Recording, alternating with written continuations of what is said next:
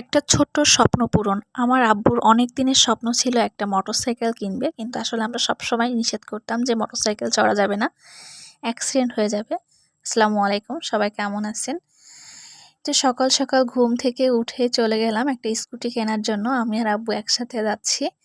আব্বু আসলে ক্যামেরার সামনে আসতেই চায় না, ছবি তুলতে চায় না। তাই পিছন থেকে হাঁটার সময় আসলে ক্লিপ নিচ্ছিলাম আমি। কিন্তু আমরা বাইকের শোরুমে চলে আসছি। এখানে এসে দেখতেছিলাম যে অনেক রকম বাইক, এখানে সবই স্কুটি, মূলত এটা স্কুটির শোরুম। তো আব্বু আমি হেঁটে, হেঁটে দেখতেছিলাম যে কোন স্কুটিগুলা কেমন।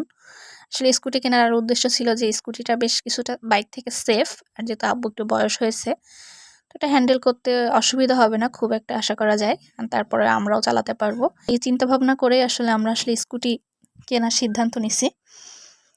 তাই এখন আব্বু দেখতেছিলাম, আব্বুর আসলে লাল কালারের বাইক কেনার খুব ইচ্ছা ছিল, তাই লাল স্কুটিতে উঠতেছে।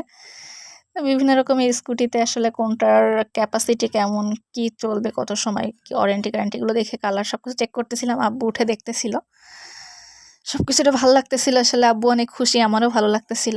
আসলে মধ্যবিত্ত পরিবারের বাবা মারা যেমন হয় যে সন্তানের খুশির জন্য তারা সারা জীবন ব্যয় করে দেয়, নিজের জন্য আসলে কিছুই রাখে না। তখন মনে হচ্ছিল যে আব্বুর জিনিসটা আসলে শখের একটা জিনিস, যেটা কেনা হচ্ছে, এটা আসলে খুবই ভালো লাগে কাজ করতেছিল। ইনশাল্লাহ কখনো বড় হলে, আমি কখনো জবে ঢুকলে চেষ্টা করব যে কার কেনার জন্য। যেটা আব্বুর স্বপ্ন ছিল বাইক, আর আমি সেই স্বপ্নটাকে আরেকটু বৃদ্ধি করে কারের দিকে যাব, যাতে আমি আমার আব্বু আম্মুকে নিয়ে গাড়িতে চড়তে পারি, সেই দোয়া রাখবেন। এই আর কি। এই তো আমাদের বাইক, এটা নেওয়া হয়েছিল সি গ্রিন কালারটা, লাল কালারটা আসলে নেওয়া হয়নি। লাল কালারের স্ক্র্যাচটা বেশি পড়বে, এই কারণে লাল কালারটা নেওয়া হয়নি। তাই করে আমাদের অবশেষে এটা নিয়ে বাসায় চলে আসা হয়েছে।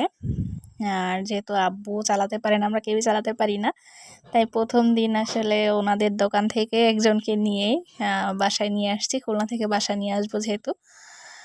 হ্যাঁ, এই আর কি। তারপরে এখন আমরা সবাই শিখে টিকে তারপরে আবার চালাবো।